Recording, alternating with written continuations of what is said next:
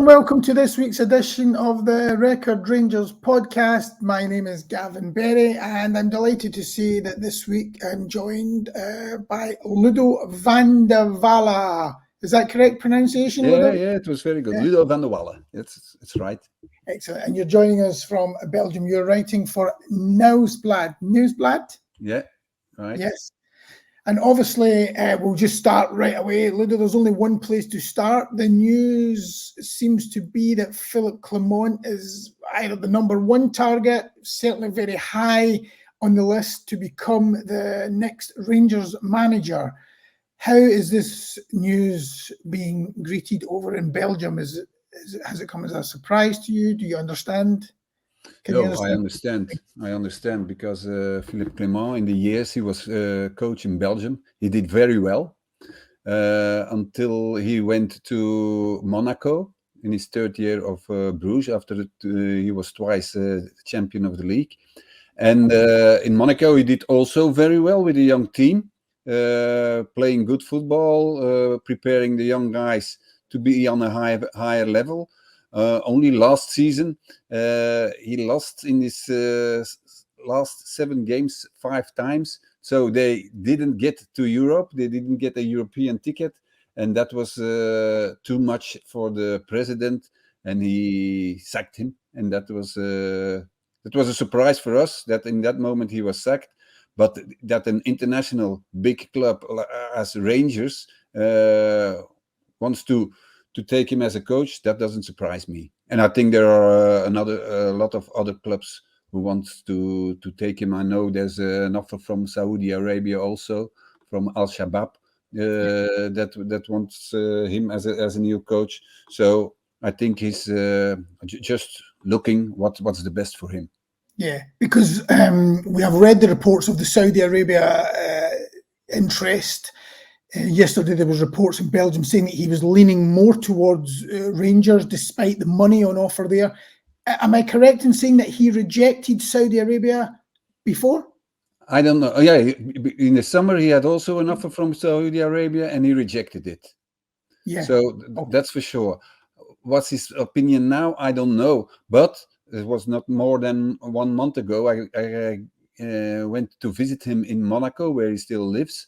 And I had an interview with him, and he said that he wants to work in Europe. He wants to work in a European competition.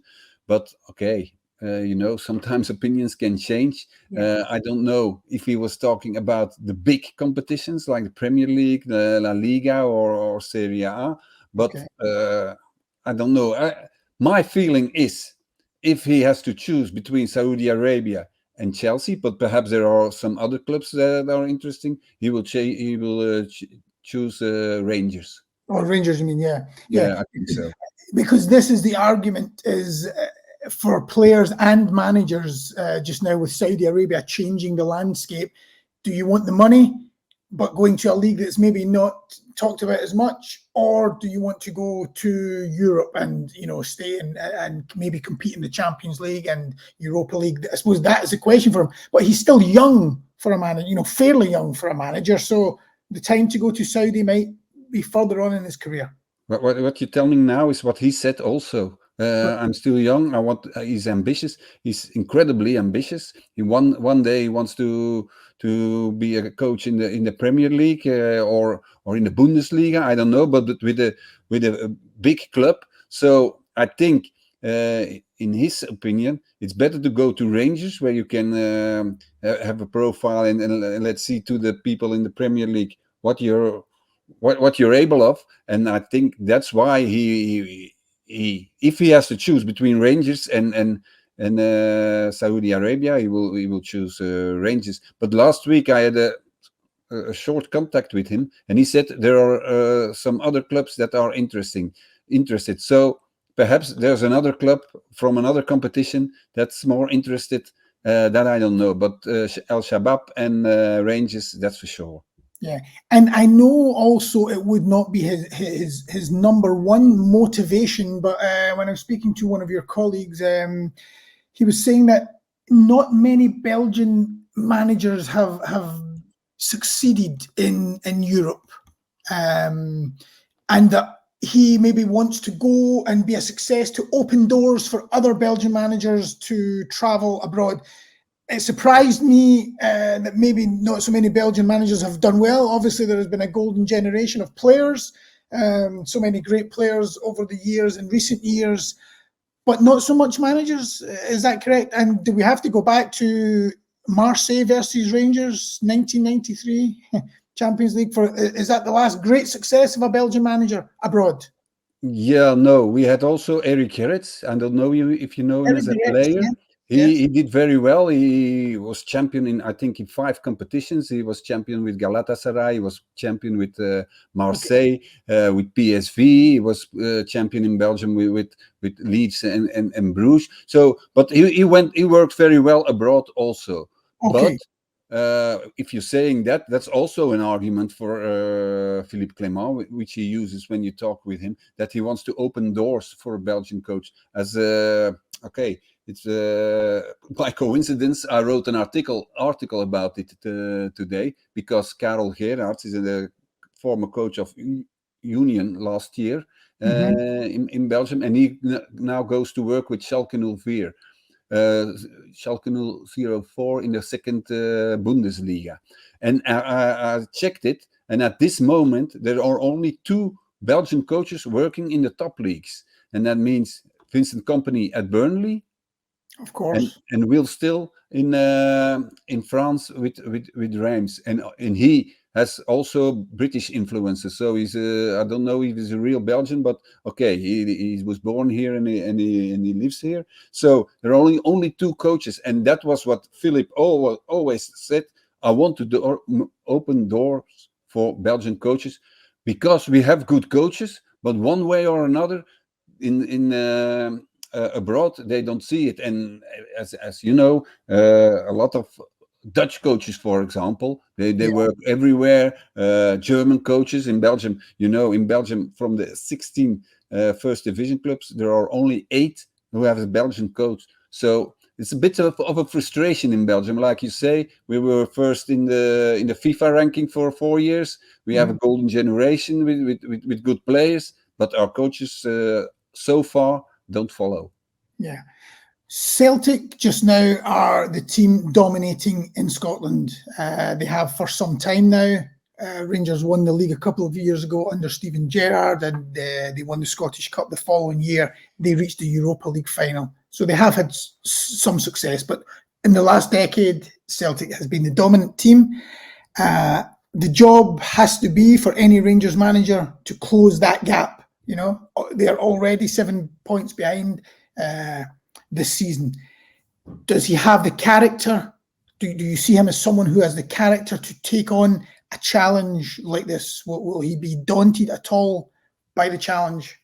For sure, because he was a lot of years assistant coach at Bruges for 6 or 7 years, and then he started his career at Beveren, which was spectacular. Beveren is a team that always plays for relegation, and that year they were playing fantastically. He went to Genk. The year after, he was champion. He went to Bruges. He was twice champion. The third year he would be champion, but okay, he left for Monaco. So what you can say is in his career, he was a lot of time champion, and certainly at Genk, it was a big surprise. So he can lift people, he can lift players up above their level, and that's one of his strengths. There's something Rangers need. And discipline, is he like a hard on players? Is he strict? It's like we say, he's a people manager. He takes decisions if necessary, but he isn't there to hurt players. He does everything. He goes to the bottom of everything, not to hurt his players. But if they don't listen, then he puts them aside. He knows what is discipline. He has a career as a player. He was in like we said, he hadn't had that much talent as a football player. He was not nice to look at, but he made the maximum of his career as a player by being disciplined and as a trainer, he knows what to do. And okay, he's very gentle with his players. It seems that every day he talks to every player. When they come in the dressing room, he talks to them. How are you? Did you have a good sleep? Wife and children okay? So in that aspect, he's a people manager. But when he doesn't get the respect or the gratitude for that, okay, he can be very hard. Okay, and would Rangers fans be excited by the style of football? I mean, what kind of style did he have at Genk? Yeah, okay. In Belgium, he's surprised with very offensive play. Good. The only thing he has, and that was in Belgium, I don't say a problem, but that was a remark we always had. He doesn't have that exposure. He doesn't have that. He's not a big star, you know. He's always calm. He talks. He will never attack anybody. He's very prudent in everything he does. So that was one of the things. Otherwise, he would be somewhere else. He would be in a big competition, I'm sure. But he's I don't know the word. You know what I mean? He's not so charming. He's not a big star. He doesn't promote himself. He's not. Yeah, he's very. No. Although he believes himself. Yeah, 300%. He knows he's good. He's ambitious, but he doesn't promote himself. He doesn't put him in the first row when it's not necessary. Yeah, he's quite unassuming. He's very modest. Yes. And from what you're saying, that's maybe because of the way he was as a player, maybe underrated. You know. Yeah. In my opinion, he's underrated. Not flashy. No, I mean as a player, he was not flash. No, not at all. He was a defensive player, or he was in the defense, or as a defensive midfielder. He did his work. He took the ball and gave it to the players who were better than him. And so similar as a manager. And in terms of transfers, you know, I mean, did he have lots? Because at Rangers, he wouldn't have millions and millions to spend. Did he in Belgium at Genk and Club Brugge was his transfer? No. In Belgium, the situation is different as in the Premier League or in the Scottish League. It's not the manager who buys the players and okay, perhaps an advice, but not more than that. He didn't do that at Genk. He didn't do that at Bruges, and certainly not at Monaco. So okay, they can ask for his opinion, but he doesn't take the initiative to do that. So it was always a sporting director. Yeah, the sporting directors in Belgium, they take the decisions to take that player or that player, and okay, the trainer has to work with them. Yeah, but Paul Mitchell was the sporting director in Monaco at the same time. Is that correct? Who has left? Yeah. I mean, Rangers are also considering a sporting director. Do you think he would need a sporting director, or? I think so. I think it would be better for him because he isn't so much concerned with talking with the agents and so on. I don't think he likes that too much. Okay, so he would want somebody to. I think so. I think it would be better for him to make the so he can concentrate on his team, because one of his strengths is also to bring young players in the team players from the club who were grown at the own club. That's one of his strengths also. Yeah.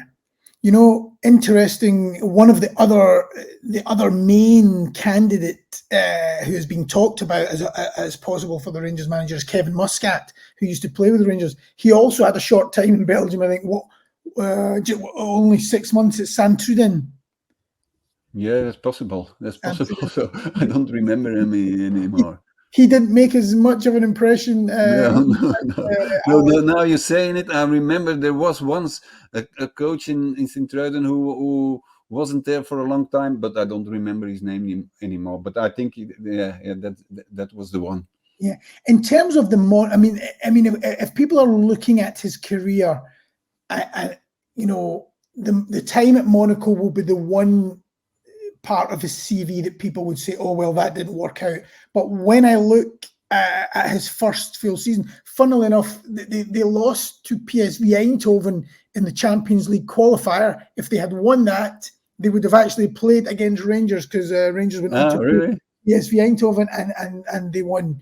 But when I look down at the transfers out, that summer, there is so many players that he lost. Orien Tchouameni, I don't know if I'm pronouncing who goes to Real Madrid for 80 million. Diop, he lost Badiashile to Chelsea, all big money. So it looks as if a lot of players went out for big money. They did bring in Minamino from Liverpool, but it looks as if a lot of talent went out. Was this the reason?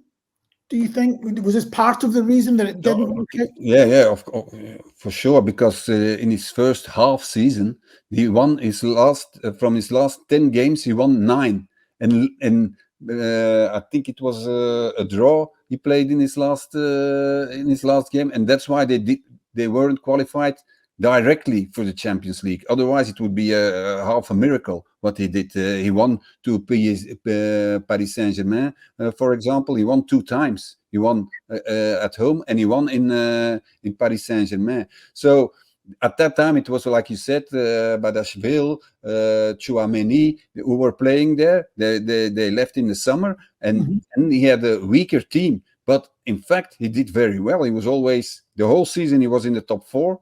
At the times, even second after Paris Saint-Germain. But then in the last games, there were some problems with players in the dressing room. It didn't work very well. Certainly with Ben Yedder, there were some issues, and that's why they lost 5 of the 7 last games, and that's why it went completely wrong. Yeah. So when he first took over midway, he arrived in the middle of the first season, and he basically he rescued them. Yes, when he first arrived, the first 6 months. Yeah. Although the beginning was not very easy. Yeah, it was difficult, but in the end, it went very well. And now, and then the good players left, and it's always the same at Monaco. They buy young players, or they give them a good education, and then they leave. I don't know how it works at Rangers. If they have a good youth academy, then he can work with it very well, very well. Yeah. And when you spoke to him, you said you have been to interview him. Do you get the feeling that he is hurting from the time at Monaco, and maybe the way it's being perceived, that from the outside it looks like a failure? Do you think he wants to put that right? Yeah, for sure. Like I said, he's very ambitious. He doesn't want the people to think that he's not a good coach, and that he failed at Monaco. He explained it to me how it came. It's like I said to you, and that's it's very ambitious. He still wants to be a top coach and at the top team. And I think, in my opinion, Rangers is a top team, so he can do some things there. I'm sure. Yeah, you're positive. Yeah, very positive about him. Okay, it's a Belgian coach.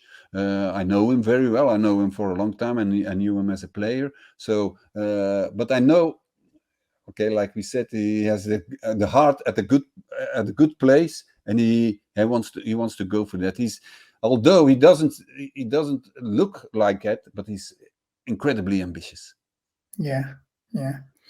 So, do you think if he's taking over at Rangers, you will be making a few trips to Scotland? That's possible. Yes. That's possible.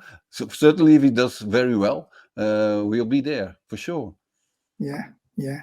Great. Okay. Well, Ludo, I appreciate you very much taking the time out to speak to us today, and some great information on Philippe. We will see how it develops. The stories are starting to really gather pace, that it seems to be that it could be getting closer, and that he is the man that they want. And it's great that you've been able to tell the Rangers fans what they can expect.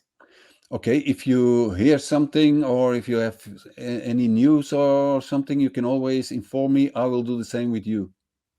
Great. So if he confirms to me, for example, it will be Rangers, I'll let you know. If you hear anything on the Rangers side, you can let me know. That's great. So the Daily Record readers know that if Philippe tells you, you will tell us, and we will let them know first. Okay. Thank you, Ludo. All right. Enjoy your day. I know that Eden Hazard has just announced his retirement, so you're going to be a busy man, and yeah, for sure. you're taking time out of your day. So thank you. Okay.